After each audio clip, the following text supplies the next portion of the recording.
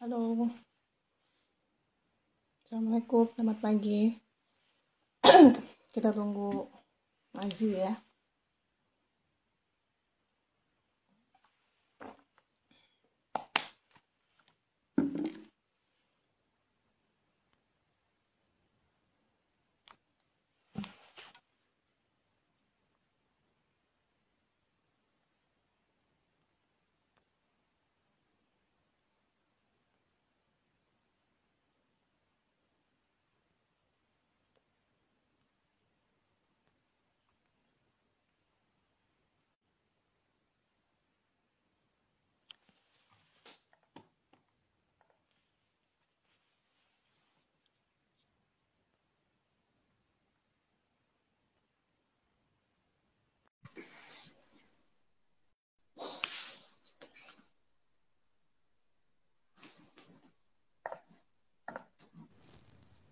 Hai Mbak, Halo, kedengeran kan Assalamualaikum suaraku? sih. Waalaikumsalam. Kedengeran? Oke, Suaraku jelas nggak? jelas jelas. Ntar gedein dulu deh ini suaranya. Nunggu jam 12 pas dulu. Mm-mm. Ini kalau kalau apa join live ini bisa di save nggak sih? Bisa kan? Bisa bisa, bisa kok. Di mana ini sih? Di rumah. Apanya? Iya, di rumah aja di Malang. Itu Kayaknya green ini nggak screen. pulang kampung deh. Enggak, bukan ini dinding emang warnanya hijau. Cocok Green buat screen. background.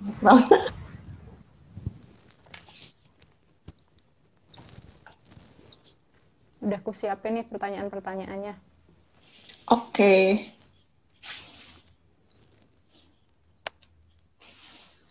Bisa ya 1 jam ini Apa live-nya? tuh? Kemarin tuh kan aku mau 1 jam lebih ya. Tapi Oh, kirain kalau 45 ya join, kemarin. jadi kayaknya dulu cuma 1 jam maksimal, cuma sempat bisa lebih, nggak tahu ya, nggak belum belum pernah nyari tahu sih kenapa bisa lebih, kenapa enggak. Oh, oke. Maksimal 1 jam sih kalau mau aman, biar nggak kepotong ya. Iya. Pada Kalau makan ah. kepotong di save gitu jadi 2 video, dua post. Enggak sih? Iya iya. Iya enggak sih? Kalau Oh kepotong enggak. berarti harus going live lagi, terus nanti nanti save lagi yang kedua gitu kayaknya. Oh, oke.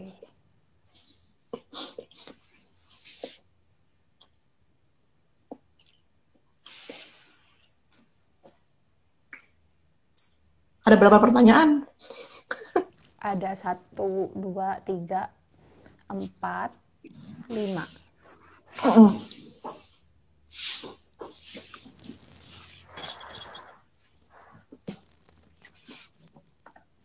Sama visa dikit-dikit ya Mbak ya? Boleh boleh. Sebenarnya nanti yang Soalnya yang visa, yang detail sih aku juga pengen bikin lagi, soalnya itu panjang lumayan. oh iya iya. Tapi nggak apa-apa, sebagai pengantar menuju Iya. visa. Soalnya kan ini nggak umum. Biasanya kan mahasiswa PhD pakai tier 4 kan sama aja. Benar-benar.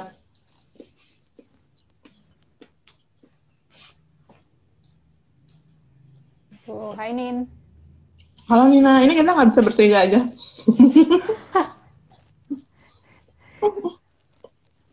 Terus jadi kayak rumpi.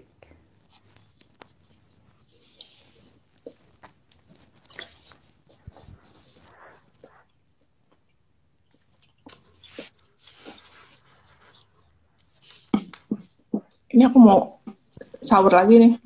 Enak banget kemarin Enak ya? puasa. Puasanya pendek, Mm-mm. tanpa haus. Kalau begini jangan live.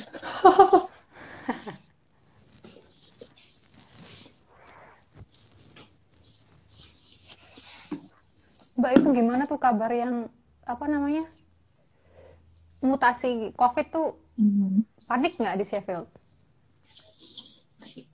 Profesorku sih agak panik ya, apalagi itu terjadi ketika aku tuh pas lagi mau nyampe ya kalau nggak salah. Heeh, iya. Jadi aku tuh memang, kan aku nyampe tanggal 20 ya. tanggal Mm-mm. 20 Desember. Kalau nggak salah hari itulah ada info, ada mutasi virus yang terbaru itu. Mm-mm. Nah, pas aku nyampe, kan nah alhamdulillahnya aku nggak lewat London sih, Zi. Aku kan Oh lewat iya, Manchester. di London Flightnya malah lebih tadi parah. di London kan memang di London kan ininya, maksudnya si mutasinya tuh kalau saya ketemu Oh, oke oke oke. makanya London jadi tier 4 gitu, makanya London jadi tier 4 jadi yang paling tinggi gitu Mm-mm. ininya pembatasannya. Oke, Nah yang udah lucu jam adalah 12 nih Mbak. mm-mm, tanggal 20 pas aku nyampe itu aku nggak baca email, nggak baca Mm-mm. ngecek apa kan ribet ya gitu. Mm-mm.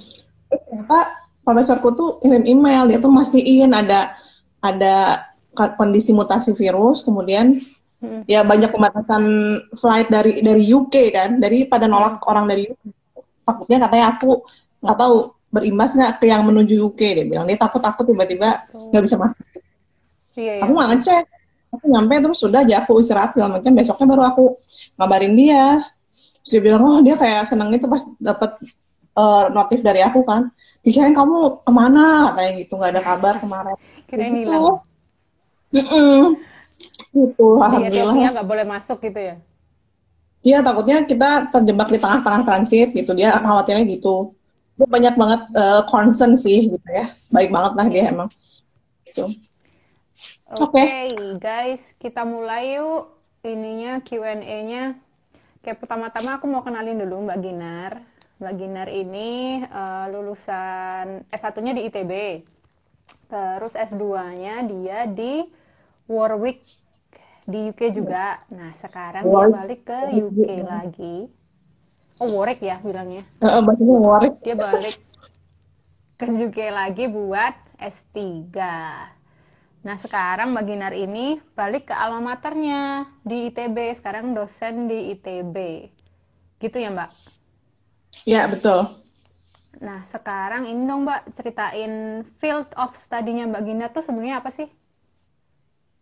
Yang sekarang di ini ya mau Iya, dikerjain di PhD. iya, iya. Iya jadi sebenarnya di eh, yang aku sekarang dapat proyeknya itu si PhD ini tuh, Mm, yaitu sebenarnya domainnya tuh di information retrieval gitu ya. Information mm, retrieval gimana kita meretrieve informasi, kayak kita di Google gitu, kita kan searching keyword something, searching gitulah. Sebenarnya basicnya kayak gitu.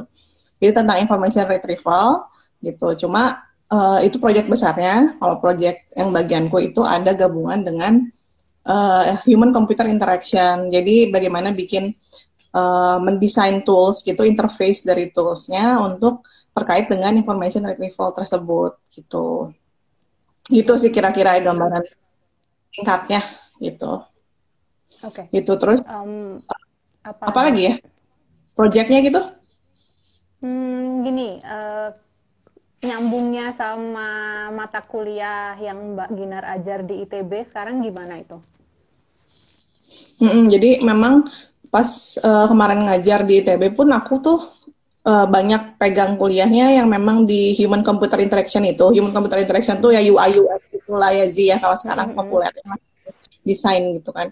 Gitu emang aku ngajar kuliah itu. Jadi memang cukup kurius tentang hal itu. Makanya pas ketika project ini buka pun ada sub projectnya yang di human computer interaction, ya aku apply-nya di situ gitu. Jadi Hmm, sebenarnya proyek besar ini kan banyak nih posisinya gitu. Cuma macam-macam nih.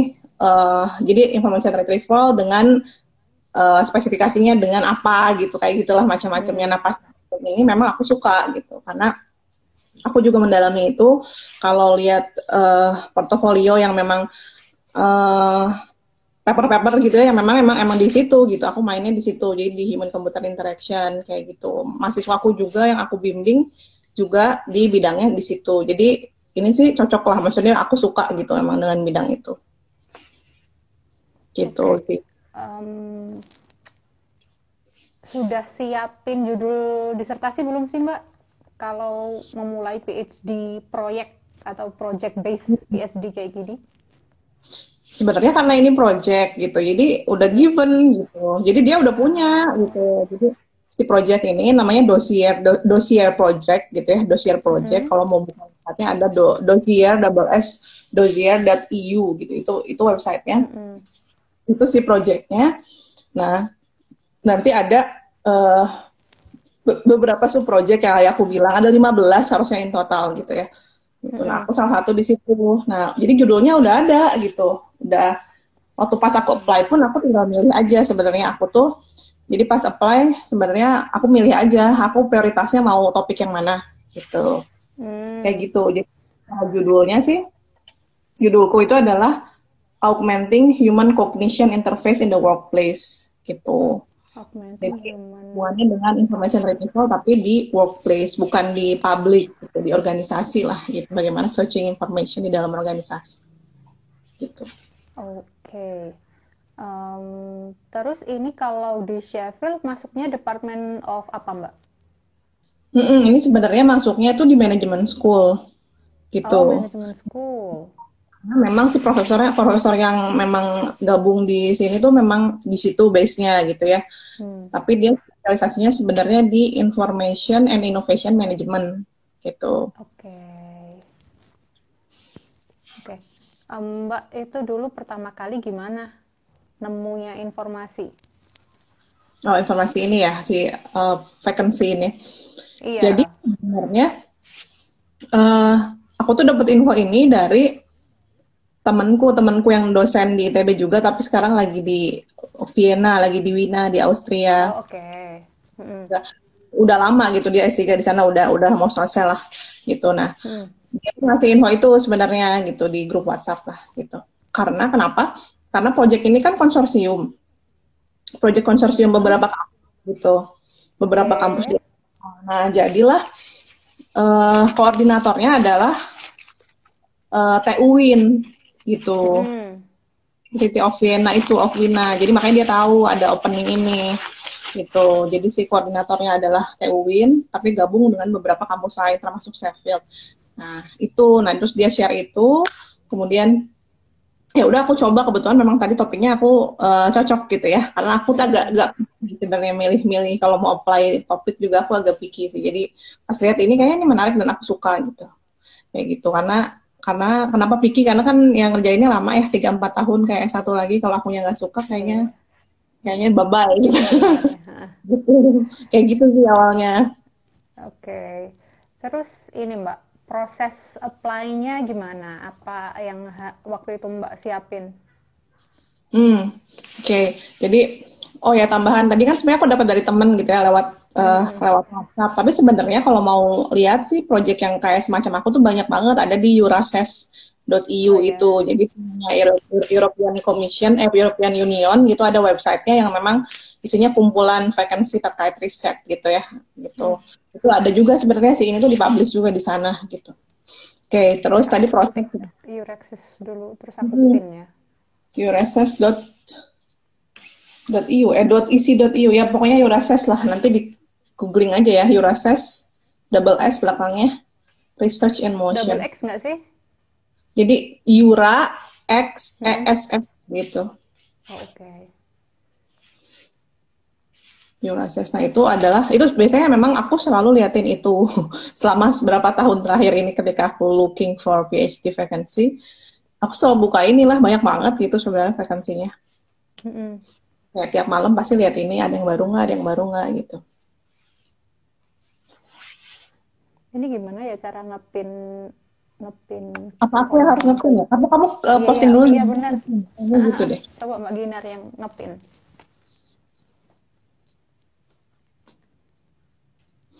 Pin komen. Oke, bisa. Gitu ya? Iya. Oke.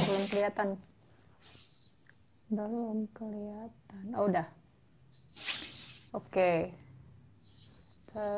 Terus Mbak, lanjut. Tadi proses ya. Jadi pas aku dapat informasinya, terus ya sebetulnya dia prosesnya tuh mungkin tiap project beda-beda ya. Ada yang mungkin apply lewat website kampus gitu kan. Kalau ini itu apply lewat email gitu. Jadi si koordinatornya, si Wina itu, TUWIN itu bikin emailnya gitu buat kita apply. Jadi kita apply di situ, kirim email, terus di email itu kita suruh ngirim apa ya, aku lupa, CV sama standar lah, CV sama personal statement ya? Kayak gitu, statement letter gitu ya, segala macam, semacam itulah. Gitu. Jadi cuma CV dan itu, dan letter of statement itu, terus ada sama prioritinya. Jadi kita mau pilih, boleh pilih 3, kan ada 15. Itu ada 15 gitu. PhD vacancy-nya ada 15 dalam project tersebut, boleh pilih 3 gitu. Jadi pilih 3, ya udah disebutin lah di situ gitu ya, milihnya apa aja. Terus kirim email, terus setelah itu ya nunggu aja sebenarnya, nunggu dihubungin lah gitu, nunggu dihubungi gitu. Kalau misalnya nanti di follow up gitu, kalau misalnya masuk ke shortlisted kandidat ya akan di follow up sama profesornya atau sama tim sub projectnya gitu ya. Itu. Dan memang aku tuh milih 3 kalau nggak salah, satu memang di sini Sheffield, satu lagi ada di Glasgow, satu lagi di Belanda rasanya gitu. Nggak ada 3. Terus memang yang follow up ya ini gitu, yang di follow up adalah yang Sheffield gitu, sama profesornya langsung di follow up gitu. Prosesnya agak lama sih, jadi kayaknya aku apply itu mungkin sekitar awal tahun mungkin Februari gitu. Terus baru di follow up-nya tuh sama profesornya mungkin bulan Mei gitu, agak lama sih yang ini, agak lama. Jadi sebenarnya mungkin karena agak lambat juga sih ini proses dari kampusnya ya. Jadi kalau vacancy PhD yang project, yang sub project lagi tadi kan aku bilang ada 15 ya. Nah yang mungkin udah lebih cepat gitu prosesnya. Jadi Juli tuh mereka beberapa udah start, ada yang di Juli, di Agustus gitu. Kalau yang ini karena mungkin agak lama gitu ya. Gitu. Jadi si profesornya baru follow up bulan Mei, seingat aku nyuruh aku bikin proposal. Proposalnya tapi proposal abbreviated proposal gitu. Proposal pendek-pendek gitu. 4 halaman kalau nggak salah. Gitu. Dari topik yang memang sudah dituliskan di situ. Jadi dia kan ada penjelasan ya di projectnya mau ngapain gitu. Tapi memang belum penjelasannya nggak se-clear, misalnya ada research question-nya apa gitu ya, objektifnya apa, belum sedetail itu. Makanya dia nyuruh aku bikin proposal gitu.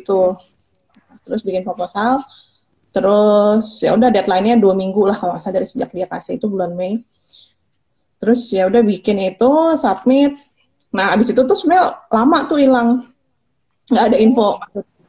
Jadi abis submit lama banget ya nggak ada info gitu, sampai bulan Mei, Juni gitu, Juni Juli itu 2 bulanan nggak ada info lah gitu. Sampai lama tadinya juga aku ya, bikin galau pasti. lama juga. Tadinya aku sempat mikir, tadinya pas si profesornya kontak tuh aku udah agak bernafas lega kan, oh aku dapat nih gitu ya shortlist kandidat gitu kan, lanjut prosesnya gitu. Terus aku udah agak leha-leha nggak mencari lagi vacancy lain gitu, gara-gara ada itu. Terus pas di 2 bulan berjalan kok kayaknya nggak ada kabar lagi gitu. Apa memang kayaknya masuk nggak ya gitu. Kebetulan aku punya teman lagi yang lain di Wina gitu ya. Aku tanyalah ke temanku yang memang kayaknya dia punya akses ke project koordinator yang di Wina gitu.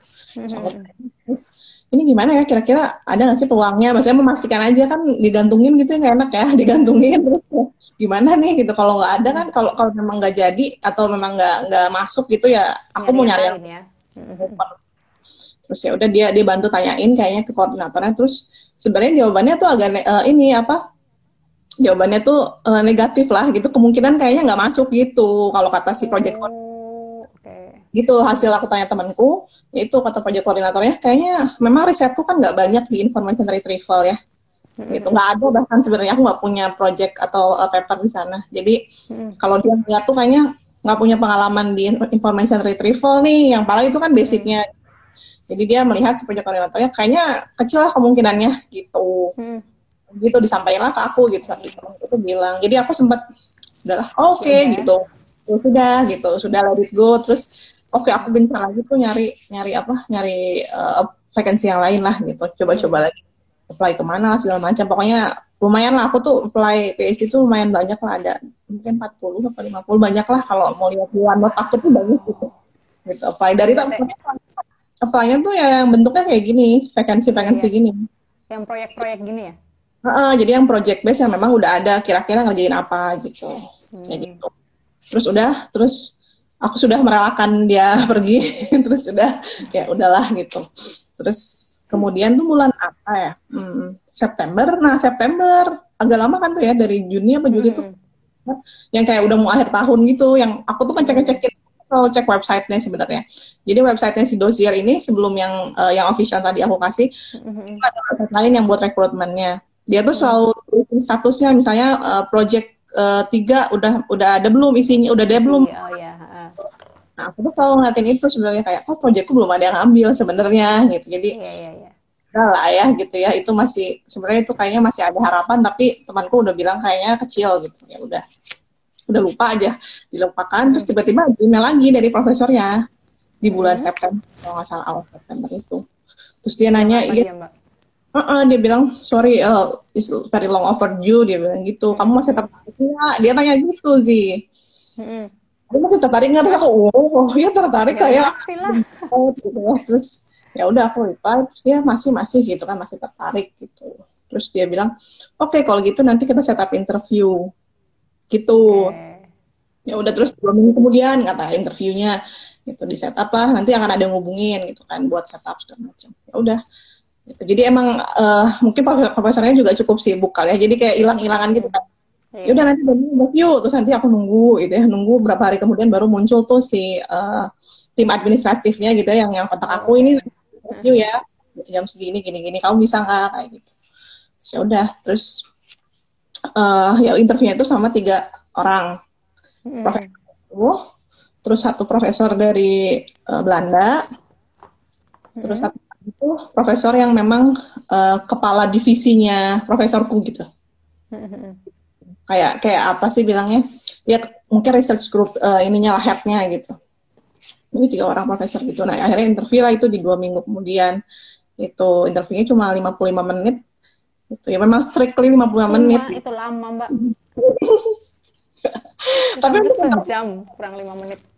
5 menit tuh kayaknya agak pas-pasan gitu ya, interviewnya itu waktunya mepet banget, tapi memang mereka bisa ngatur banget gitu waktunya kayak gimana. Soalnya kesempatan presentasi sih.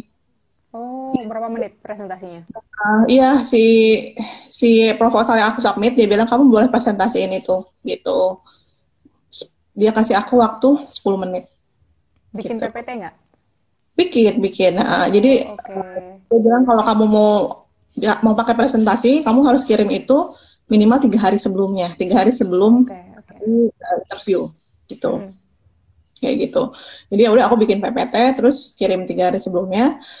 Ya udah, dan itu aku latihan presentasi berkali-kali karena kan agak panjang gitu yang mau dijelasin, terus ternyata cuma 10 menit gitu. Terus udah latihan dan ya udah akhirnya bisa lah 10 menit pas gitu. Dan pas lagi live juga, pas lagi interviewnya pakai ini ya, Google Meet gitu.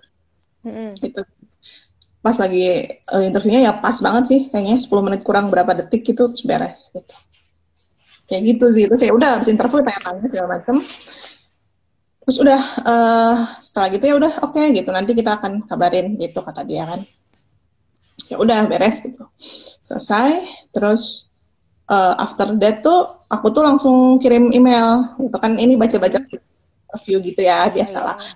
Interview aku langsung kirim email ke semuanya, terus kayak terima kasih kan, time gitu-gitulah segala macam. Terus udah kirim ke semuanya, ke 3 orang itu profesor. Terus surprisingly ternyata profesorku langsung balas. Ternyata itu padahal kayak ya setengah jam atau 1 jam setelahnya gitu, dia langsung balas. Terus dia bilang, oh iya katanya Gina, nice to meet you. Terus dia bilang, gimana kalau besok kita have another chat, dia bilang gitu. I want to clarify something.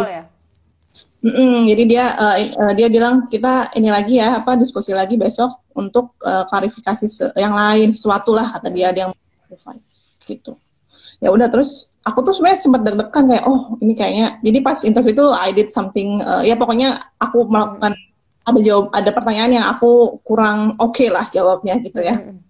Terus aku mikir, aduh ini kayaknya jawaban aku mungkin kurang oke, terus dia pengen clarify isinya gitu kan, gitu kayak gitu. Jadi ya aku deg-degan kan, ya udah deh, besok oke gitu, kita diskusi lagi sampai aku nyiapin jawaban dari yang tadi aku merasa salah itu. Kayak gitu. Jadi aku tuh berpikirnya kayak gitu, bahkan kalau aku cerita ke temanku itu kan positif ya, berarti dia pengen ngobrol lagi gitu kan. Berarti maksudnya dia sebenarnya curious tentang aku gitu. Tapi aku lagi dalam posisi kayak gitu mikirnya, wah kayaknya tadi salah deh gitu, kayak gitu. Bukan apa-apa gitu. Terus besoknya discuss sama profesorku itu, sebenarnya dia nawarin mau besok apa mau lusa gitu. Dia nawarin beberapa hari lah, jadi dia juga nggak maksa gitu ya. Terus aku bilang, ya aku kan pengen cepat selesai ya, kayak ya besok aja lah gitu, pengen cepet beres, kayaknya deg-degannya tuh belum habis gitu kan. Iya betul. Gitu. Terus padahal pas pikir-pikir lagi kenapa nggak lusa ya, kan aku bisa nyiapin prepare more, kayak udahlah gitu beresin. Oke, pas hari itu interview lagi, discuss lagi, aku pikir bertiga lagi gitu ya, ternyata enggak, profesor doang sama profesorku doang, berdua aja gitu. Terus pas ya udah, terus dia bilang ya cuma pengen tanya aja sih katanya gitu, beberapa hal yang tadinya kemarin aku jawab gitu, ngobrol-ngobrol aja tentang itu. Terus ya udah, ternyata dia bilang ya sebetulnya saya juga mau sambil saya mau bilang bahwa sebetulnya ya kamu tuh masuk, kamu tuh terpilih gitu. Oh gitu. Terus kayak Begitu ya. jadi Cepet ya. mendadak tiba-tiba dibilangin ternyata aku tuh masuk gitu. Kayak bingung gitu, kayak mau ngomong apa, freezing. Oh iya, oke. Itu kata dia, ya udah pokoknya kata dia tunggu aja, nanti akan ada follow up dari secara administratif gitu ya, katanya gitu. Nanti akan di email administratifnya sama kampus segala macem.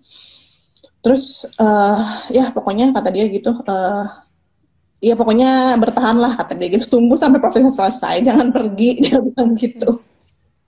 Ya udah gitu, dan itulah ternyata, ya udah ternyata itu momen dimana ya aku akhirnya ternyata diterima gitu. Kayak gitu sih.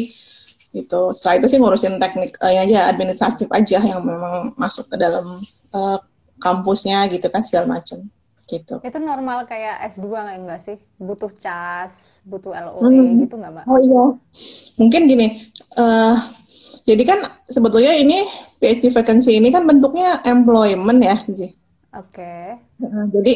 Jadi yang pertama aku urusin tuh adalah sebelum aku interview, sebenarnya aku harus apply di websitenya Sheffield gitu sebagai requirement lah. Kata supervisorku, kamu apply ya di website gitu, disiapin sama dia gitu satu posisi, terus aku apply karena hitungannya apply sebagai employee gitu. Jadi researcher gitu ya?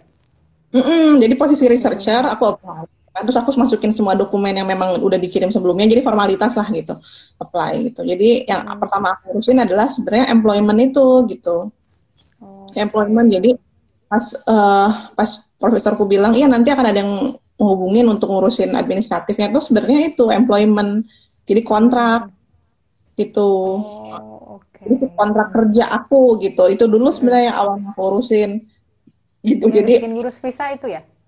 Nah itu yang buat bikin ngurus visa, karena aku statusnya sebagai employee gitu, pegawai dari University of Sheffield kayak gitu. Jadi si apa namanya kontraknya itu yang disiapin gitu ya. Baru setelah bulan-bulan ini baru akhirnya aku ngurusin, aku tuh sebagai sebenarnya student gitu. Sampai sekarang aku status student loh. Aku masih on the process gitu. Oke, jadi kayak dua posisi gitu ya? Student iya, researcher iya. Betul. Jadi intinya yang pertama adalah ya udah kamu diterima jadi pegawai, ini kontraknya gitu. Nah ini kan yang diperlukan untuk bikin visa gitu, karena visanya worker gitu ya. Gitu. Nah terus setelah itu baru profesorku bilang awal bulan ini apa akhir bulan kemarin kamu urusin ini ya, PhD student status gitu. Aku ngurusin itu ke admission untuk kuliah biasa gitu. Nah, kalau yang sebelumnya kontrak kerja itu ke HR gitu, ke HR-nya kampus kayak gitu. Jadi emang ada dua hal yang diurusin sih gitu, beda. Dan sampai sekarang sebenarnya aku belum tahu nih aku kapan mulai starting sebagai student. Kelihatannya tadinya maunya Januari, kelihatannya tapi jadinya mungkin Februari katanya, biar kayaknya enrollment mahasiswa tuh sekarang di Februari sejak ada pandemi itu ya. Yang mundur ya. Gitu, dipindahin ke Februari. Jadi mungkin aku akan ikut itu enrollment itu. Jadi sampai sekarang aku belum punya student number atau apa gitu, belum ada. Tapi aku punya employee number gitu. Oke, berarti nggak ada LOA ya Mbak ya? Nggak ada CAS itu ya? Nggak ada. Adanya adalah itu kontrak employment itu. Oke. Isi. Terus karena ini kan berarti karena hitungannya pegawai, berarti bukan kayak stipend ya, dapatnya kayak lebih ke salary atau gimana Mbak? Betul. Jadi ya aku tuh kerja ya, maksudnya aku kerja dan nanti digaji. Sampai sekarang aku belum dapat apa-apa gitu ya, karena aku belum starting kerja. Oke. Mulainya 5 Januari. ininya apa namanya Oke, di kontraknya ya? di kontraknya gitu. Jadi sebenarnya waktu kemarin HR-nya, pertama waktu pas aku interview, yang supervisorku bilang kamu diterima, dia tanya kamu bisa kapan mulainya? Itu kan bulan September ya. September akhir lah gitu. September akhir, udah hampir Oktober kalau nggak salah. Terus aku bilang, ya 1 bulan lah aku bisa siapin, aku bilang gitu. Bulan oke. Terus dia bilang, oke kalau 1 bulan kita anggap mungkin berarti kamu bisa start November gitu ya, kata dia. Iya, gitu. Oke, dan memang kayaknya di kampusku kan lumayan fleksibel lah ya. Maksudnya kalau apalagi kalau sekolah sih encourage banget. Gitu. Jadi aku mikir sebulan kayaknya bisa lah aku beres-beresin segala macam. Tadinya mau November sih, awal November. Terus pas udah gitu kan ternyata ngurus administratif pekerjaan itu nggak sebentar ya, gitu, agak lama. Jadi ternyata aku juga makanya waktu itu belum bisa berani official ngomong-ngomong ke yang lain karena cuma lewat pembicaraan di Google Meet itu aja. Udah gitu kan nggak direkam lagi nggak, pokoknya nggak ada bukti apa-apa lah, lewat email pun nggak gitu, maksudnya lewat email yang bilang kamu diterima tuh nggak ada gitu. Jadi kadang aku masih deg-degan sih, ini nunggu dulu deh gitu. Nah sampai akhirnya lama tuh 2 minggu kayaknya, 2 minggu baru muncul itu sih kontrak dan lain-lain lah gitu segala macam. Nah itu kontrak, terus udah gitu akhirnya tuh kemarin tuh sebenarnya 2 minggu tuh ngurusin baru kayak apa sih istilahnya referee gitu loh. Jadi kalau kerja harus pakai kayak gituan. Jadi dia kontak orang yang referensi aku itu dua orang dosen-dosen di ITB gitu. Jadi kontak itu dulu, terus ngisi segala macam, sama kayak kita kalau mau sekolah sebenarnya mirip lah. Gitu. Ada kayak gitu prosesnya, baru akhirnya mereka mau rilis kontrak. Nah, si kontraknya itu juga si HR-nya mikirin juga kayak bikin visa berapa lama, lagi pandemi segala macam gitu. Jadi tadinya kayak November nggak kejar karena ngurus kontrak aja cuma hampir 1 bulan kan. Terus udah gitu akhirnya ke Desember. Tapi setelah lihat-lihat lagi kayaknya mungkin dia pikir ya susah lah kayaknya ngurusin kepindahan during this pandemic gitu. Terus akhirnya diputuskanlah Januari gitu. Jadi kontraknya akhirnya start Januari, dan November pertengahan tuh udah ada gitu, pertengahan November awal udah keluar kontraknya, tapi dimulainya Januari aja. Jadi aku spare time lah untuk segala macam gitu. Terus jadi tadi, nah pertanyaannya adalah bentuknya kan salary kan, ya, emang salary. Jadi nanti aku digaji gitu, monthly gitu, jadi per bulan ketika aku udah mulai kerja gitu. Tapi at the end of the month apa di awal? Kayaknya di akhir ya, di akhir bulan. Tapi di per bulan ya, bukan per 3 bulan atau bulan. Per bulan kalau nggak salah, kalau aku baca kontraknya tuh di akhir bulan dari aku kerja gitu. Jadi berarti kalau Januari aku bakal gajiannya akhir bulan Januari. Kalau tanggal berapanya sih belum, lupa sih persisnya gitu. Kayaknya di akhir. Jadi kerja dulu baru dibayar. Kalau PNS kan gajian dulu baru kerja ya. Iya. Betul. Gitu. Terus kalau beasiswa, ya. dikasih uang saku dulu. Itu kan ada ini kan, apa namanya settlement allowance aja. Iya. Nah, buat kepindahan. Iya, settlement ya, 2 kali LA kan ya, 2 kali living allowance. Jadi kalau ini tuh sebenarnya nggak ada sih, kalau aku lihat website-nya tuh nggak ada allowance untuk moving gitu ya. Cuma ada dia ngasih petunjuk aja gitu kalau mau move to Safeworld gimana. Jadi yang di cover tuh sebenarnya visa aja. Visa. Karena kan memang dia harus bayarin kita visa gitu ya karena mau pindah. Sama itu apa namanya? Pesawat. Insurance. Oh, insurance itu ya, NHS itu.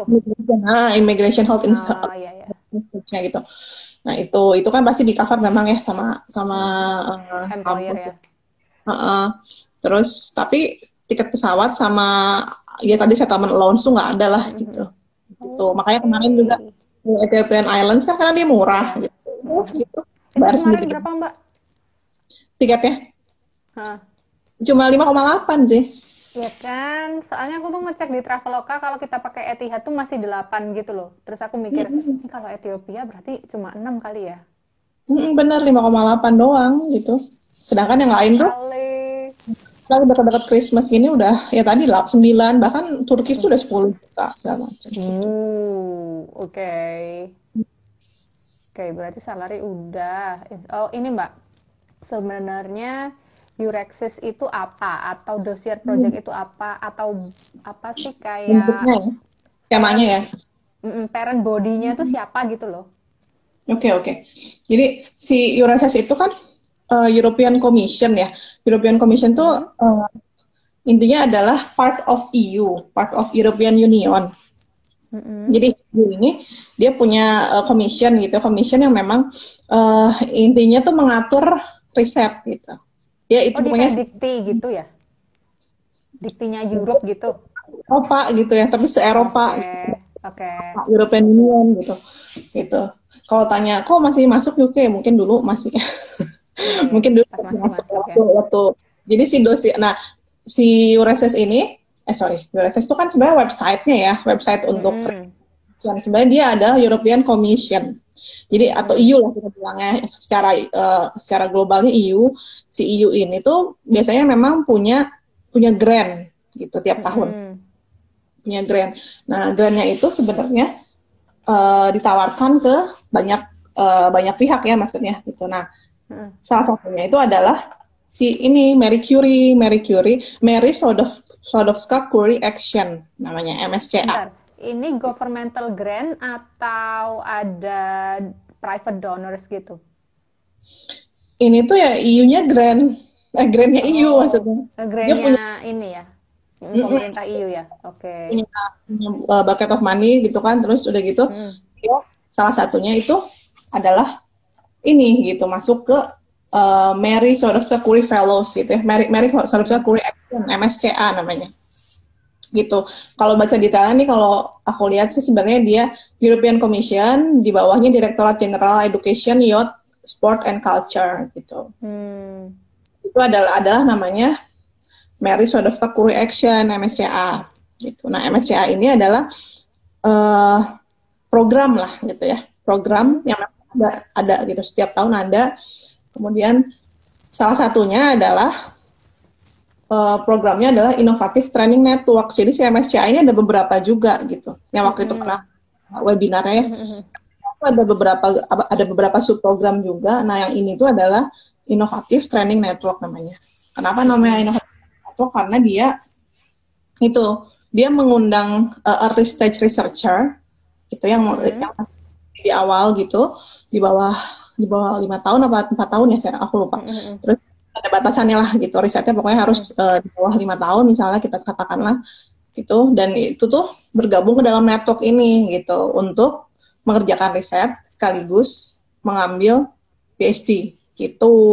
Oke. Ini bentuk program yang aku ikutin sebenarnya gitu, namanya Innovative Training Network. Makanya kalau bicara duty-nya gitu ya, kan biasanya kalau PhD student, kalau misalnya di kampus tuh PhD student tuh punya tugas misalnya ngajar gitu ya. Ngajar anak undergrad atau anak master gitu. Nah, kemarin tuh aku tanya sih ke profesorku, kita harus ngajar nggak sih gitu. Dia bilang enggak harus ngajar gitu, karena kamu udah gitu. Jadi kalau kita bicara tadi, aku sebagai student di Sheffield, nah tapi aku sebagai student dan employee ya, student dan employee di Sheffield, tapi aku juga sebagai researcher dari network. Kalau profesorku bilangnya network gitu. Konsorsium yang tadi aku bilang, konsorsium beberapa kampus gitu yang ada di dosier ini gitu. Jadi yang kayak gini tuh sebenarnya banyak, maksudnya macam dosier tuh ada banyak gitu. Dan tahun ini 2019 ya, berarti mereka tuh dapat grantnya 2019, dapat grantnya dan harus mencari itu PhD student 15 orang untuk mengisi vacancy project ini ya, mengerjakan si project besarnya kayak gitu. Gitu, jelas kan ya? Terus cara kerjanya Mbak, ntar Mbak Ginar masuk tuh ngapain gitu? Secara garis besar. Sebenarnya aku belum tahu ya kalau pas nanti starting official ya. Tapi kemarin tuh aku udah ikut workshop sebenarnya, workshop dari network ya. Jadi kalau tadi kita bilangnya satu kampus, satu network gitu ya. Network tuh si Mary. Nah, network ini sebenarnya udah bikin training. Jadi aku tuh harus ikut trainingnya dia. Aku pokoknya dilibatkan dalam segala hal lah gitu yang ada di network gitu. Nah, si network ini bikin workshop, kemarin udah 3 workshop lah, induction workshop lah bilang. Jadi ya udah aku ikut dulu itu, terus dia jelasin apa sih, ngapain sih project ini tuh gitu. Kemudian ya sambil kenalan juga secara online, semua virtual ya gitu. Jadi karena virtual makanya aku boleh ikut. Maksudnya yaudah kamu ikut aja gitu. Nah, aku belum official, tapi kamu ikut aja, nonton lah gitu. Ikut tapi nggak belum punya tugas sebenarnya, belum punya kewajiban ngerjain apa-apa gitu. Padahal sebenarnya di workshop itu kan yang pertama induction gitu ya, yang kedua tuh ada semacam kenalan gitu sama studentnya, sama kayak menentukan, jadi kita punya kayak struktur organisasi gitu sih, struktur organisasi di dalam network gitu. Kamu bagian apa kayak gitu. Nah itu terus yang pertemuan ketiga itu sebenarnya bagi-bagi per topik juga sih, ada topik-topiknya. Cuma karena aku belum official, jadi belum dapat kerjaan, cuma yang ngikutin aja gitu dulu kayak gitu. Gitu sih kalau misalnya pas kerjanya sih sebenarnya belum kebayang juga ya, tapi intinya aku tuh ngerjain tesis gitu ya. Aku ngerjain on progress doing my thesis, tapi tentunya itu harus tetap align dengan apa yang aku akan deliver ke project atau ke network gitu. Kayak gitu. Kemarin juga aku sempat questioning ke profesorku, ini sebenarnya gimana sih hubungannya antara network sama tesis yang aku kerjain, tapi ternyata ya intinya itu harus nyambung gitu. Kayak gitu. Jadi meskipun ada tujuan, ada deliverables lain yang network minta kan, kalau kita dapat grant gitu kan, mereka dapat grant dari EU tuh, ada deliverables lah ya, gitu, ngumpulin apa segala macam. Itu kontennya tuh ya sebisa mungkin memang align dengan topik yang harus dijalin kayak gitu. Kayak gitu sih. Kira-kira ada field work nggak, Mbak? Jadi pas posisi aku ini tuh, aku dapat memang ditawarkan ada secondment gitu. Jadi secondment penempatan di negara lain gitu ya. Nah aku tuh si proyek yang aku ambil itu ada 3 harusnya secondment-nya. Itu yang satu ke Greece, terus ke Netherlands, ke Wina, ke Austria. Nah, itu kan ya konsorsium ya, bagian dari konsorsium sih sebenarnya, kampus-kampus yang ini yang gabung. Jadi konsorsiumnya bukan cuma kampus deh, aku lupa ada juga ini apa namanya, company gitu juga ada. Oh iya. Jadi banyak company juga yang ikut gabung karena nanti banyak banyak inilah, banyak yang berkaitan dengan beberapa organisasi gitu di Eropa. Gitu. Tapi bukan di Eropa deh, kalau iklannya ada Eropa, Amerika, Jepang, mana lah gitu, banyak, kalau main banyak. Cuma secondment-nya kemarin dibahas waktu workshop tuh dibahas, karena lagi pandemi, nanti dilihat ya gimana secondment-nya, kan lagi pandemi ya. Nggak gitu. Bisa keliling-keliling ya. Tapi semoga sih katanya summer setelah vaksinnya sudah beredar ya. Katanya summer sih kalau bisa kita juga bisa bikin offline workshop segala macam, dan udah bisa kayak gitu. Oke. Mbak, karena tadi kan katanya employee ya hitungannya. Dapat salary. Nah, berarti kan visanya bukan visa student. Nah, visanya kemarin kata Mbak Ginar namanya Global Talent ya? Ya, betul. Sebenarnya itu visa apa? Atau semua orang yang mau work ke UK itu apa harus visanya Global Talent, atau ada beberapa jenis work visa untuk ke UK? Ya, jadi karena skemanya employment bukan scholarship gitu ya. Jadi memang aku pakai visa untuk worker gitu, worker visa. Working visa gitu ya. Working visa itu sebenarnya tier 2 ya, tier 2 ya. Jadi kalau dari HR Sheffield-nya dia bilang gini, kamu punya 2 route gitu. Kamu punya 2 alternatif route gitu. Mau lewat tier 2 gitu ya. Tier 2 tuh ya standar buat working visa lah, yang udah lama. Tier 2 atau ini Global Talent gitu. Global Talent visa. Jadi Global Talent itu kan baru sebenarnya, baru di launch. Kayaknya mungkin awal tahun inilah gitu ya, baru di launch. Nah, terus tapi dia apa? Untuk si global Untuk talent itu ya. orang-orang yang global talent nih. Global talent itu sebenarnya intinya adalah untuk orang yang mau bekerja tapi tidak harus langsung tidak harus secure job gitu loh. Maksudnya misalnya gini, mahasiswa di UK terus udah lulus tapi belum punya pekerjaan gitu, tapi dia punya maksudnya sesuatu yang promising gitu ya. Maksudnya kayak global talent kali ya. Jadi kayak mungkin saya bisa deh kerja di mungkin intinya saya bisa bekerja di beberapa sektor. Adalah sektornya tuh di website. Di global talent tuh ada innovation, ada teknologi, ada apa segala macam gitu ya. Boleh masuk ke global talent itu. Jadi dia lebih fleksibel gitu visanya. Kita nggak harus secure job untuk apply visa itu. Gitu betulnya. Cuma tetap aja kita harus punya endorsement body sih. Iya. Tuh, tapi endorsement body-nya tuh ada beberapa ya, aku lupa ada 5 gitu. Pokoknya ada endorsement body yang official yang bisa mengendorse seseorang untuk global talent gitu. Nah, terus si HR aku tuh bilangnya ya kalau tier 2 agak lebih rumit karena banyak surat yang gitu deh. Jadi dari si employer-nya pun dia prefer udah kamu pakai global talent aja gitu maksudnya. Karena lebih sederhana lah gitu prosesnya. Kalau yang tier 2 tuh kayaknya dia harus ngeluarin surat yang memang agak tekstan juga nyiapinnya gitu segala macam. Gitu. Nah, sedangkan kalau pakai global talent tuh ada 2 phase sebenarnya, ada endorsement sama ya apply-nya gitu. Nah, si endorsement itu kalau aku sih kan karena riset ya. Karena riset jadi endorsement body-nya adalah UKRI ya, UKRI. Ya. Gitu, UKRI gitu. Nah, itu lewat situ. Nah, jadi si kampusku ngontak si UKRI-nya terus ini surat yang dibutuhkan, terus ya udah gitu aku bilang aku disuruh apply aja ke global talent visa yang stage 1-nya dan pilihnya UKRI gitu. Dan aku kayaknya itu aku bisa ikut kayak fast track. Jadi udah ada global talent, ternyata ada fast track juga gitu ya. Jadi global talent, bayar fast lagi track nggak? Gitu. Bayar itu lumayan mahal, cuma cepet banget ya. Maksudnya gini, fast tracknya tuh bukan fast track karena aku misalnya priority gitu, bukan bayar service, bukan, tapi fast track karena aku itu masuk ke dalam researchku tuh masuk ke dalam research yang difunding oleh ya EU tadi, itu ada kayak spesial gitu, udah difunding.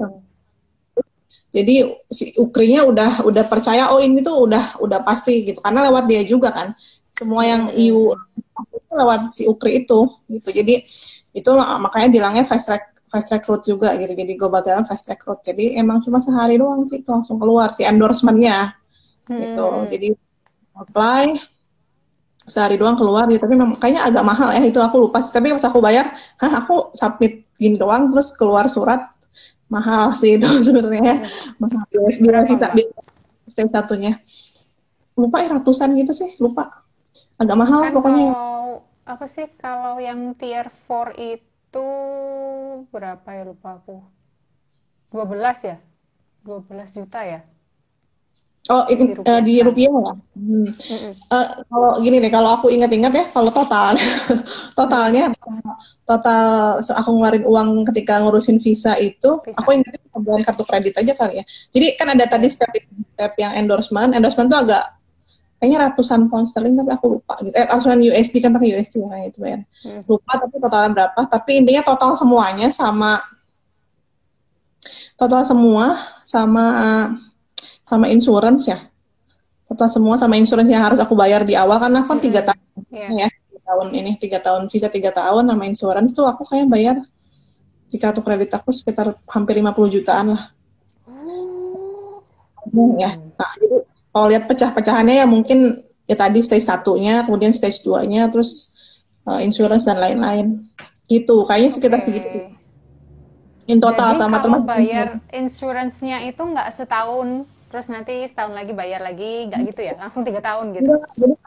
Jadi langsung 3 tahun, karena milihnya. Jadi tadi kan pertama stepnya endorsement gitu ya, ngajuin, terus langsung dapat surat gitu, terus udah gitu setelah setelah punya surat baru kita masuk ke stage 2 yaitu application gitu. Masih itu karena sebenarnya boleh sih kalau mau coba, misalnya coba-coba ini juga kan ada ya yang bentuknya misalnya startup gitu ada loh. Jadi misalnya kita baru lulus kuliah terus pengen bikin startup. Nah kita juga boleh tuh pakai Global Talent ini gitu. Cuma endorsement body-nya apa gitu yang ngurusin itulah venture apa kali ya, venture capital apa yang memang bisa ngelihat kalau bisa promising nggak gitu, mungkin kayak gitu. Nah tapi kalau mau langsung ke stage 2 juga sebenarnya boleh katanya. Jadi nggak perlu pakai endorsement gitu loh. Sebenarnya tapi ya agak nekat-nekat gitu ya. Maksudnya harus tetap inilah gitu, harus tetap pakai endorsement dulu terus kemudian apa yang application-nya kayak gitu. Oke. Jadi endorsement itu kita harus bayar juga ya buat suratnya keluar. Nah itu. Jadi stage 1 itu bayar juga, stage 2 itu bayar juga gitu. Jadi in total seingat aku tagihan kredit kartu ya segitu, hampir 50 jutaan kayaknya. Gitu. Yang sebetulnya kalau insurance dan visa kan akan aku reimburse, tapi aku tuh mau reimburse ke kampus, tapi kayaknya aku belum punya nomor payroll number gitu atau apa. Ya. Iya. Employee number tapi belum ada payrollnya, jadi belum bisa ngajuin juga. Ya udahlah nanti aja berarti pas Januari sekalian gitu. Oke. Berapa sih ini? Oh, 13 menit lagi nih. Ini Mbak, gimana sih sebenarnya peluang untuk riset waktu pandemi kayak gini tuh? Banyakkah vacancy atau PhD position gitu di UK dan sekitarnya? Oke, jadi ya kalau bicara vakansi sih banyak banget sebenarnya gitu ya. Apalagi kalau bukan vakansi itu ya, itu tuh banyak banget dan tiap hari tuh ada aja yang posting gitu ya. Karena itu memang domainnya juga kan sangat luas gitu, bidangnya sangat luas banget. Jadi yang tadi aku bilang, biasanya kalau aku strateginya pokoknya kalau ada yang menarik aku copy, aku taruh gitu ya. Aku punya listnya gitu lah, list yang yang mau aku apply gitu. Terus kalau tapi aku biasanya baca lagi, oh ternyata nggak cocok misalnya apa secara background atau mungkin ada requirement yang atau ternyata topiknya terlalu technical gitu, aku nggak terlalu suka, terus aku ya udah aku take out gitu kan, aku pisahin. Jadi sebenarnya banyak banget gitu. Jadi kalau aku rajin tuh tiap malam tuh aku bisa dapetin yang baru gitu ya, maksudnya vacancy baru sebenarnya gitu. Kayak gitu kalau buka Eurases itu. Atau kalau misalnya mau lihat negara lain juga, negara lain sebenarnya punya banyak juga gitu lowongan ya, yang tiap negara, tiap waktu itu aku pernah kasih Mazi juga sih listnya kan ya, yang ada. Jadi tiap negara gitu sebenarnya punya juga, misalnya di Skandinavia gitu, aku tuh banyak juga apply sebenarnya ke Norway. Di Norway itu ada makanya nama website-nya lupa ya, di Norway nantilah dikasih listnya. Jadi di Norway ada, di Belanda pun ada sendiri gitu kan, semacam Eurasesnya tapi buat di Belanda gitu kan. Kayak gitu. Sangat banyak sih menurutku. Jadi kayak mungkin ada some slightly delay karena memang pandemi gitu ya, mungkin. Itu kayak sekarang kan mungkin ada banyak yang mundur lah, geser-geser berapa bulan gitu. Tapi prosesnya jalan terus sih menurut. Kayak proses rekrutmen tuh tetap tetap ada karena mereka juga perlu orang buat ngerjain riset gitu. Jadi apalagi kan kebanyakan ini grant yang memang dapatnya mungkin tahun lalu gitu. Jadi grant-grant yang tahun lalu atau grant tahun ini yang memang belum kepake gitu ya duitnya. Maksudnya belum pandem, jadi mereka tetap perlu orang buat ngerjain riset seperti itu. Kalau sejak pandemi ini sih aku nggak terlalu hafal sih ya gimana, apakah grantnya masih ada atau bakal ada lowongan baru gitu. Itu belum tahu sih. Tapi setahu aku kayak di networkku juga di yang Mercury ini kan, yang dossier ini memang ada beberapa delay deliverables, tapi ya akan diajukan, maksudnya akan mengajukan banding karena memang lagi kondisi seperti ini gitu. Banyak hal yang memang harusnya bisa justifikasi, bisa dimaklumi kayak gitu sih. Gitu. Jadi kalau bicara vacancy mah banyak lah, asal niat nyarinya gitu ya. Aku tuh nyari kayaknya udah hampir 2 tahun sih kayaknya ya, total gitu ya. Ada secure yang memang sekarang dilakukan gitu. Oke, kan tadi Mbak bilang tagihan untuk ngurusin semuanya itu di reimburse terakhir gitu ya. Kita bayar duluan, terus nanti Mm-mm. diganti gitu kan. Gitu. Terus Mbak Ginar Baik. habis hampir 50 juta gitu. Mm-mm. Kira-kira kasih kisaran aja deh Mbak, salary-nya itu akan worth it nggak sih untuk nutup 50 juta yang dikeluarkan di awal tuh? Kalau si bicara Marie Curie ini ya, Marie Curie Mm-mm. Planning Network ini gitu ya, itu Iya. tuh kan punya standar salary yang sama. Mm-mm. Sebenarnya kalau googling sih bisa ya, maksudnya dia kasih kok dokumennya terbuka gitu. Jadi ada standar Oh, sama untuk semua researcher yang gabung ke project situ. dia. Nah, Aha. jadi semua salary-nya sama. Monthly-nya seingat aku tuh, aku lupa sih Kak, berapa karena pagunya tuh gajinya tuh dalam euro gitu kan. Oh, Dalam oke, euro. karena dari European ya. Ya, dalam amount-nya dalam euro. Jadi 3.000 something lah. 3.000 something. Oke. Tapi nanti tuh akan ada penyesuaian untuk setiap negara. Mm-mm. Misalnya nanti penyesuaian terkait dengan currency-nya lah gitu, currency dan living living Mm-mm. allowance di lokasi gitu kan. Kalau nggak salah kalau di UK karena nanti kan dikonvert ke pound sterling, kemudian ada Iya. koefisiennya gitu sih. Jadi koefisien Mm-mm. kalau misalnya kayaknya di sini hitungannya dapat koefisiennya lebih gede ya. Jadi maksudnya lebih akan dapatnya lebih dari itu karena koefisiennya cukup besar karena living living cost-nya lebih mahal gitu. Kayak gitu loh kisarannya. Oke. Itu ada semua kok Iya, kalau iya. mau nyari dokumennya. Jadi aku sempat nyari itu bahkan sebelum aku official dapat dokumen dari kampus Mm-mm, gitu. mm-mm. Sempat nyari Prepare ya. dan itu ada dan memang dijelasin juga ketika memang mereka lagi ngiklanin grant yang mau ditawarin ini gitu. Jadi memang ada Mm-mm. dapat research itu dapat sekian, kemudian ada tadi koefisiennya, country koefisiennya berapa, kayak gitu.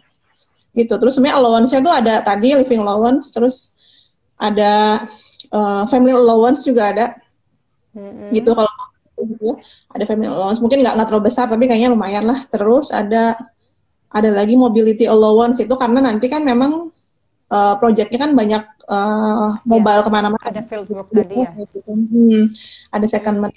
kayak gitu. Jadi ya sebenarnya sih kalau ini 3.000-an ke atas lah secara pakai euro ya kayak gitu. Pakai euro ya, Ya sebulan itu ya. lumayan banget sih dibandingkan dengan LPDP lah ya. Iya. Heeh. Nutup lah ya untuk 50 juta yang keluar di awal. Mm-mm. Toh Mm-mm. nanti yang itu juga kan di reimburse kan sebenarnya si biaya Heeh. visa itu. Iya sih. Terus apalagi ya? Apalagi yang bisa ditanyakan? Apalagi ya. Hmm, apalagi Mbak, ada informasi yang ingin ditambahkan kah? Apalagi ya biasanya ya intinya mungkin banyak orang yang kayak bingung pengen nyari PhD gimana sih mulainya gitu kali ya.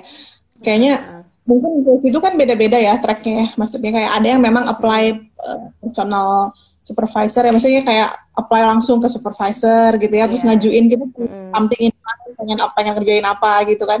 Heeh. Ada yang kayak gitu. Nah, ada yang memang kayak aku yang memang apply ke project gitu kan. Kayak gitu. Jadi kalau aku memang tipikal yang selalu nyarinya vakansi project yang udah existing gitu ya, yang open Mm-mm. gitu. Mm-mm.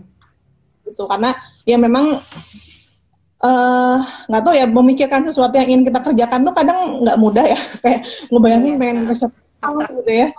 Heeh. Kan masih bingung ya harus somehow gitu mungkin ada lah gitu impian gitu ya pengen ngerjain apa tapi Mm-mm. to put it in a good proposal gitu kan nggak gampang Mm-mm. gitu ya kemudian sebenarnya kan pas kita submit pun kita ngajuin gitu ya ngajuin tadi proposalnya mungkin ke Mm-mm. profesor gitu dan kenyataannya ya setelah aku tanya beberapa PhD yang student yang memang sedang mengerjakan atau sudah selesai gitu kan Mm-mm. kenyataannya mungkin nggak nggak semanis yang dibayangkan mengerjakan apa yang diajukan di awal gitu kan Iya, bener iya, kan ya iya. Zia Mm-mm. jadi Mm-mm. punya punya impian ngerjain apa ternyata di tahun pertama katanya banyak yang akhirnya ya disesuaikan bener sih itu Iya. Heeh. banget gitu ya bahwa profesornya pun punya research pad gitu kan mau ngerjain apa Mm-mm. kemana Mm-mm. gitu jadi ya udah jadi aku merasa kayaknya capek. Aku juga nggak punya waktu yang khusus. Kayaknya kalau mau bikin eh, proposal yang oke gitu, kayaknya harus punya Mm-mm. spend time Ya, lumayan gitu kan ya dari ide pasti yang kita ya. punya, terus Mm-mm. kita nulis gitu kan, baca-baca Mm-mm. reference segala macam gitu, dan Mm-mm. ya akhirnya aku meninggalkan itu gitu. Jadi bahkan sampai sekarang kalau ditanya kamu punya proposal nggak? Proposalku ya itu yang aku siapin buat dossier itu gitu. Jadi aku nggak punya proposal yang memang, Oh, karena ya itu pas aku lihat jalurnya kayaknya aku nggak milih jalur yang itu. Mungkin banyak sih yang akhirnya bikin proposal terus apply kontak profesor gitu ya, kontak profesor terus mm-mm. akhirnya mungkin karena bawa funding sendiri dari LPDP misalnya atau dari mana, ya mungkin akhirnya diterima sama profesornya, tapi kan nanti at the end juga akan menyesuaikan lah dengan research path-nya gitu. Mm-mm. Aku pilih ini kan ya sesuatu yang lebih jelas sesuatu yang lebih jelas, terus ya memang udah pasti sesuai dengan research path-nya yang akan dia kerjain gitu kan. Ya aku sih open, jadi makanya kalau ditanya uh, apa pengen ngejain apa sih gitu, ya saya sih open aja kalau ada vakansi yang memang saya kira cocok gitu ya, dan aku suka Hmm. nge-apply gitu, kayak gitu sih. Jadi aku sih orangnya tipikal yang nyari-nyari vakansi kayak gitu, dan mungkin rasanya belum banyak sih orang kayak aku yang mikirnya nyari vakansi aja, tapi masih mikirnya bikin proposal terus nyari profesor gitu kan biasanya ya. Mm-mm. Menurutku jalur ini sih lebih aman sih, kayaknya lebih lebih enak aja gitu, meskipun ya tetap aja ya nggak tiba-tiba gitu ya, nggak kayak sambal sekali sekali Mm-mm. jadi langsung Iya, pedes. sama Ya banget ya tetap aja. prosesnya. Jadi memang dari yang tadi aku bilang, berapa aku tadi bilang 40-an 50-an Mm-mm.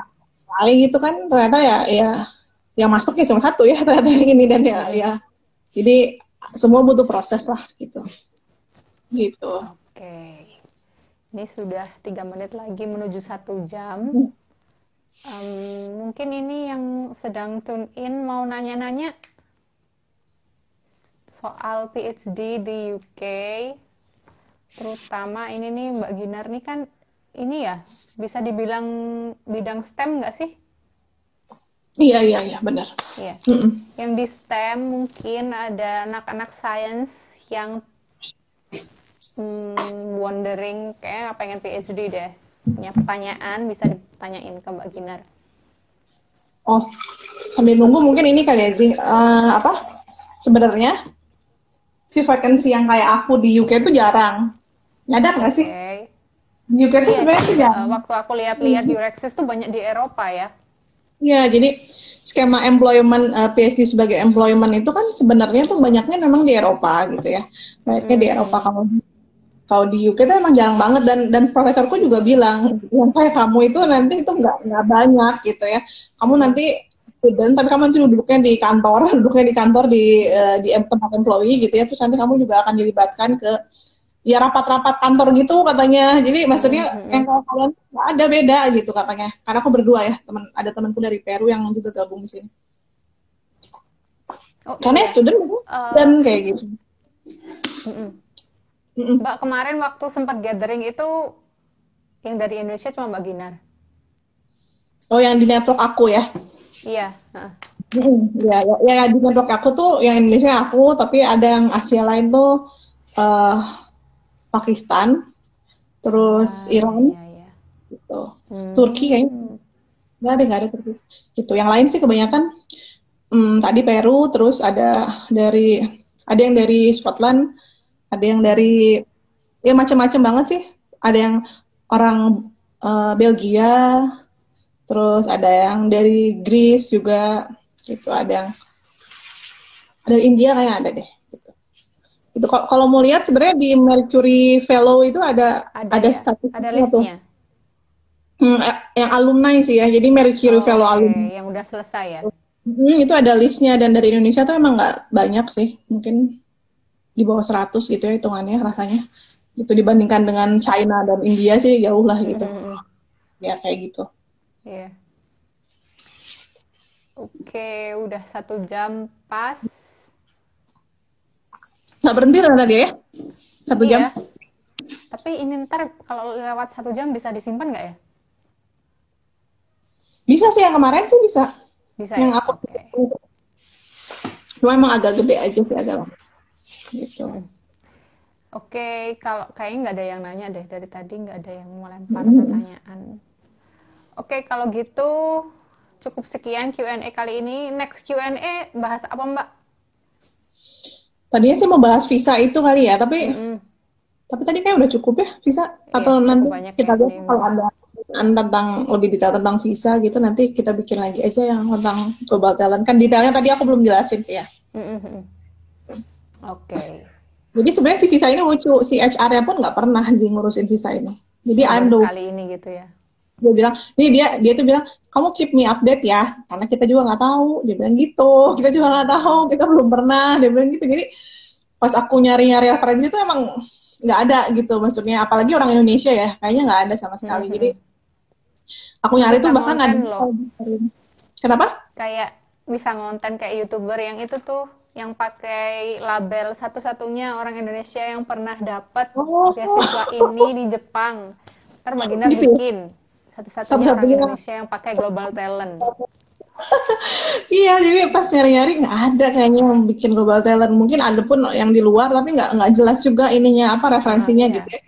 Di forum-forum terus dia bilang, iya saya butuh berapa lama kayak gitu gitulah. Terus pas aku apply ke VFS, kan aku Mm-mm. apply gitu, pas appointmentnya gitu ya, appointment Mm-mm. date-nya, ngasihin berkas, terus dia tuh nanya, Mbak ini tujuannya mau apa?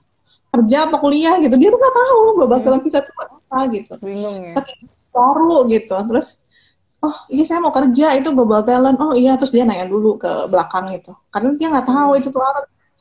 Ya ampun, ini berarti sesuatu yang beneran baru gitu kan, yang memang Iya. bahkan orang tua aja masih bingung gitu Belum gitu pernah ada sih. yang pakai soalnya kayaknya. Kayaknya belum pernah, makanya bingung ya. Terus kayak kalau kata siapa yang komennya, global talent tuh kayak ini ya, kayak apa, British Got Talent, kayak kayak ini, kayak apa namanya, lomba-lomba talent show gitu. Iya. Global Kan harus talent. punya ini ya, harus punya kemampuan yang ditawarkan di UK supaya bisa dapat visa Global Talent. Sebetulnya gitu kan, intinya adalah mempermudah. Mungkin itu kalau tahap 2 kan harus secure job, terus harus agak Iya, ribet. heeh.